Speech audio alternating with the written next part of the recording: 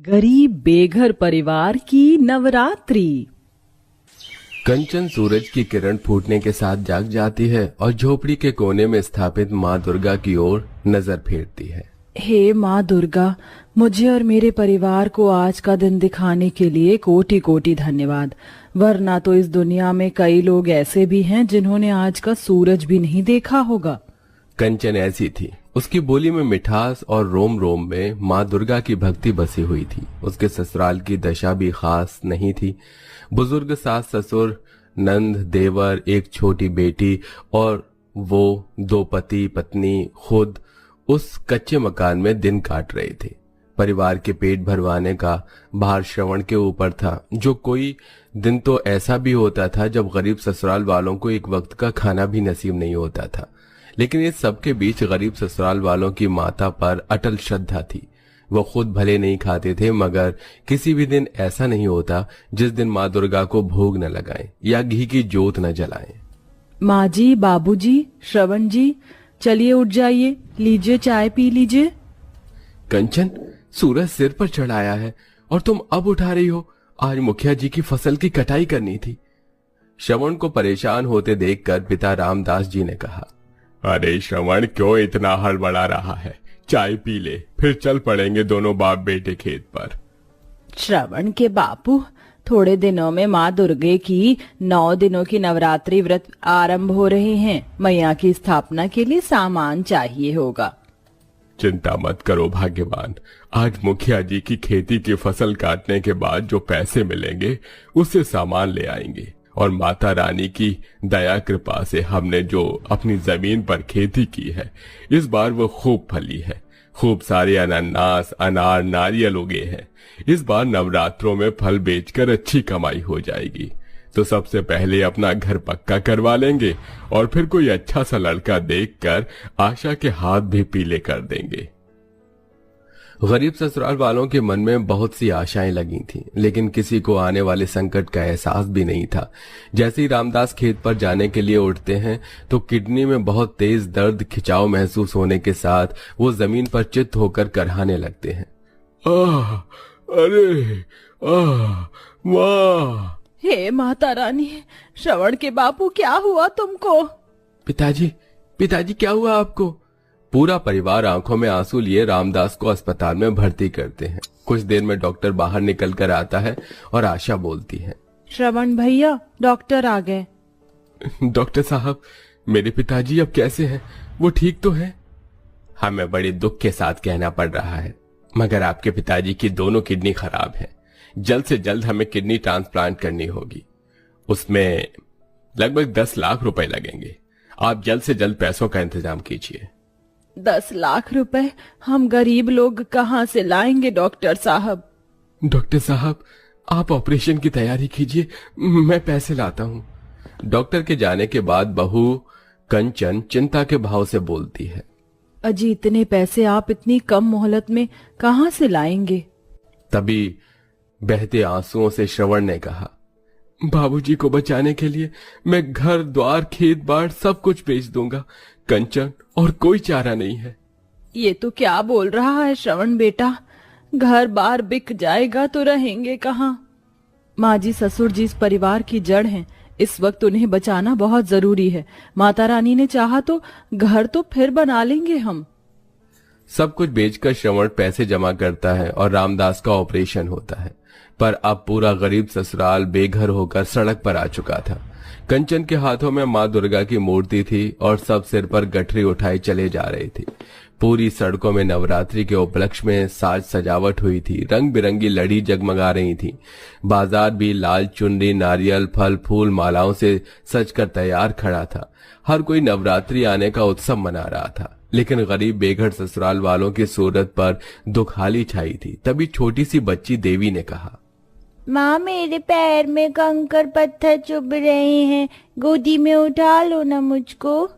बिटिया, मेरे हाथों में माँ दुर्गा की मूर्ति है, थोड़ी दूर और चलो। देवी, आजा मेरी प्यारी भतीजी, चाचा की गोदी आजा। भटकते भटकते बेसहारा गरीब परिवार एक मंदिर की सीढ़ी पर थक हार कर बैठ गई। तभी दहकते दिल से बूढ़ी सत्यवती कहती है, क्यों माँ दुर्गा, आखिर आपकी भक्ति करने में हमने कौन सी ऐसी भूल कर दी जो इस नवरात्रि के पावन त्योहार के बीच हमको बेघर कर दिया माँ? क्यों इतने दुख दे रही हो? माँ जी, माता रानी जी भी कभी कभी अपने जिस भक्तों से प्रेम करती हैं ना, उसकी परीक्षा भी लेती हैं। ये घड़ी भी टल जाएगी। कल से नवरात्रे शुरू है, हमको अपने लिए ठिकाना बनाना होगा। इतने में पंडित जी आकर गरीब ससुराल वालों की बिगड़ी दशा देखकर उन्हें दुत्कार कर भगाने लगते हैं। अरे घर बसा नहीं और भिखारी पहले आ गए। नवरात्रि कल से शुरू है और इन भिखारियों ने आज ही से लाइन लगा ली, सीढ़ी पर लाइन लगा ली है। चलो भागो यहाँ से। अपमान से भरकर गरीब परिवार वाले आगे बढ़ते हैं। जहां रोड साइड गरीब तबके के लोग तिरपाल के सहारे छोटी मोटी झुग्गी डालकर रह रहे थे, तभी रामदास ने कहा, अरे इससे आगे और कहाँ जाएंगे? मुझसे ज्यादा चला फिरा नहीं जाएगा, यहीं पर रह लेते हैं। फिर गरीब ससुराल वाले जुगाड़ लगाते हैं। सास बहू उस जगह की सफाई करती हैं तो नंद देवर लकड़ी लाते हैं और श्रवण कहीं से बड़ा सा तिरपाल खरीद लाता है, जिससे टेंट तैयार करके वो रहने लगे। अगले दिन थोड़े बहुत में ही वो कलश स्थापना करते हैं और हाथ जोड़कर शामिल होते हैं। हे दुर्गा मैया, आप तो हमारी परिस्थितियों को देख रही हैं। हमारे पास आपको भोग लगाने के लिए पंचमेवा नहीं, ये तुलसी का पत्ता और शक्कर है। स्वीकार करो मैया। भोग लगाकर बहू भर्राई आंखों से जयकारा लगाती है। जयकारा माँ शेरावाली दा, बोल साचे दरबार की जय। अच्छा माँ कंचन, मैं काम की तलाश में जा रहा हूँ, आप दोनों प्रार्थना करना। जाइए जी, दुर्गा मैया आपके साथ है। श्रवण भैया, मैं भी आपके साथ चलता हूँ। अरे पगले, मैं कर लूंगा सब, अपने भाई पर भरोसा रख। जानता हूँ भैया, आप अकेले सब कर लेंगे, लेकिन मैं भी तो इस घर का छोटा बेटा हूँ, मुझे भी करने दीजिए। दोनों भाई मुकेश श्रवण काम की खोज में जाते हैं। इधर ससुराल वाले उपवास में थे। देखते देखते शाम गुजर गई। लगातार भूखा रहने से सास की तबीयत बिगड़ जाती है। माँ जी, आप ठीक तो हैं? पूरा दिन ऐसे ही बीत गया, इसीलिए तबीयत बिगड़ गई। आशा, माँ जी का ख्याल रखना, सांझ हो रखी है, मंदिर में आरती हो रही होगी, थोड़ा तो प्रसाद मिल जाएगा।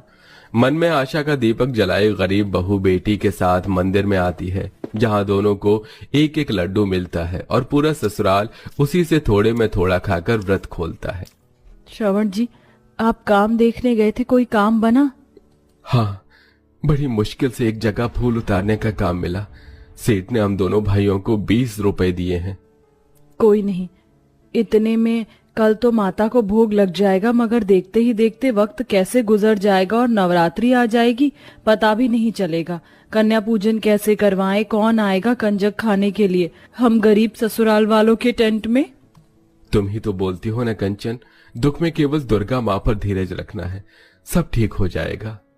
इसी तरह से एक एक दिन गुजरने के साथ नवरात्रि की सप्तमी पूरी हो जाती है।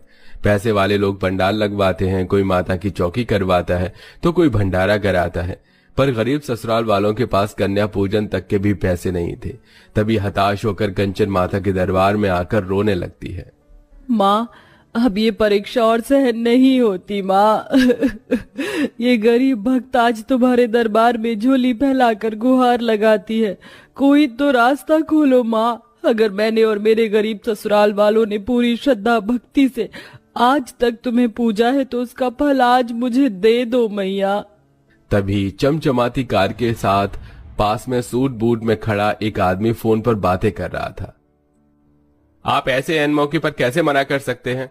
मैंने आपको पूरे 1 सप्ताह पहले लड्डू बनाने का ऑर्डर दिया था, अब उसे कौन पूरा करेगा? बिना वक्त गवाई कंचन उसके पास आती है। जय माँ दुर्गा की। भैया, आप कहें तो मैं और मेरा परिवार मिलकर 100 किलो लड्डू का ऑर्डर पूरा कर देगा।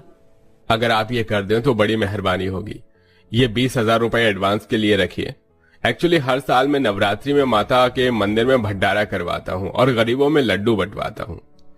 अब पूरा ससुराल नवरात्रि का उपवास रखे 100 किलो लड्डू का ऑर्डर अष्टमी के दिन पूरा करके देते हैं, जिसके बदले में वो आदमी उन्हें 30,000 रुपए और देता है, जिससे गरीब ससुराल वालों के चेहरे पर बड़ा संतोष छा जाता है और देवी बोलती है, माँ इतने सारे पैसे, अब तो हम लोग भी धूमधाम से कंजक बिठाएंगे ना, और मैं भी खाऊंगी। हाँ मेरी प्यारी देवी, दादी माँ तुझे भरपेट हलवा पूरी खिलाएंगी। माँ जी, अब कल माँ दुर्गा का कंजक हमको इसी तिरपाल में बिठाना होगा, क्योंकि मूर्ति की स्थापना यहीं की थी। 9वें दिन पूरी नियम से गरीब सास बहू तिरपाल के बाहर चूल्हा डालकर प्रसाद बनाती है और ससुर पति नंद 9 छोटी लड़कियों को ले आते हैं, उनके पैर धुलाते हैं, टीका लगाते हैं और भोजन करवा के विदाई करते हैं। अंत में बेघर ससुराल वालों को नवरात्रि के फलस्वरूप उनका खोया हुआ घर भी वापस मिल जाता है।